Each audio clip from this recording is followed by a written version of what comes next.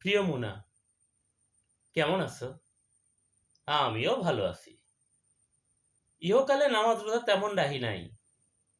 রমজান মাসেও লুকায় লুকায় চাবিরি খাইছি। সুযোগ পাইলেই এরে ওরে হালকা মালিশ কইরা দিছি। কিন্তু আমি মরার পরে তুমি নাকি দুই হাত তুইলা মরা কান্না কান্দো। যদিও excess crying is very bad, কিন্তু তোমার দোয়া বড় সাংঘাতিক।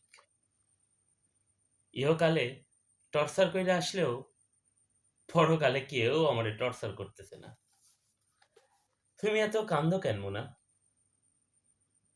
এবার একটা বিয়া করো, সংসার করো। তোমারে কইছিলাম না মাইরে ভাইটামিন আছে। মাইরে কোনো ভাইটামিন নাই মোনা, ভাইটামিন আছে প্রেমে, সংসারে। ফাঁসি নিয়ে আমার তেমন কোনো দুঃখ নাই।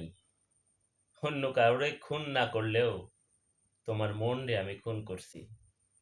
Mind murder, big murder. আগে বুঝি নাই মোনা।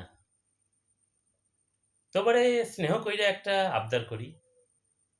এই দুনিয়া বড় উত্তম জায়গা। বাকেরের চিন্তা করার মতো ফালতু কাজ এখানে মানায় না। যখন ছিলাম তখন ছিলাম, অহন তো নাই। না থাকা জিনিস আর কতদিন সাদা রাখবা মুনা? ভুইলা যাওয়ার ফার্স্ট স্টেপ হইল পার্ডন করা। মেয়ে লোক সব পারে, কিন্তু সহজে পার্ডন করতে পারে না। আমারে তুমি পার্ডন কইরো মুনা। হাওয়া মে উঠতা যায় গান না গাইয়া একটা লাল দোপাট্টার মতন আমারে তুমি উড়াইয়া দিও মুনা। আমারে তুমি উড়াইয়া দিও। এই কবিতাটি লিখেছেন একজন কবি ইমরুল কায়েস।